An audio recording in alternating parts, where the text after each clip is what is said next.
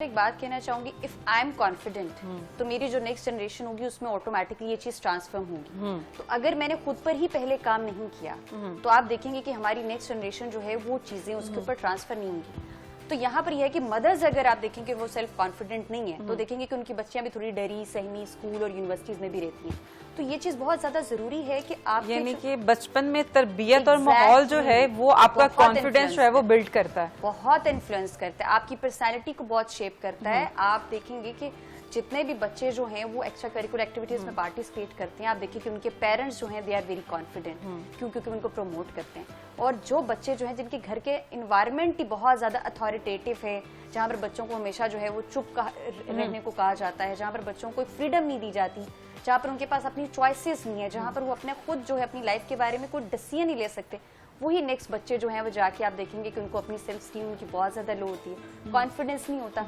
वही बच्चियां जो है वो नेक्स्ट बेशक पीएचडी लेवल तक चली जाए लेकिन आप देखिए कि उनके अंदर सेल्फ कॉन्फिडेंस नहीं होता, चार लोगों से बात नहीं कर सकती। अब वो माँ उनको एजुकेशन तो दिला रही है क्योंकि वो स्कूल और यूनिवर्सिटी से, लेकिन वो जो एक स्किल नेक्स्ट आपने ट्रांसफॉर्म करनी थी, जो प्रैक्टिकल एग्जाम्पल एक मदर ने रोल प्ले करना था, वो वहां पर गैप आता है।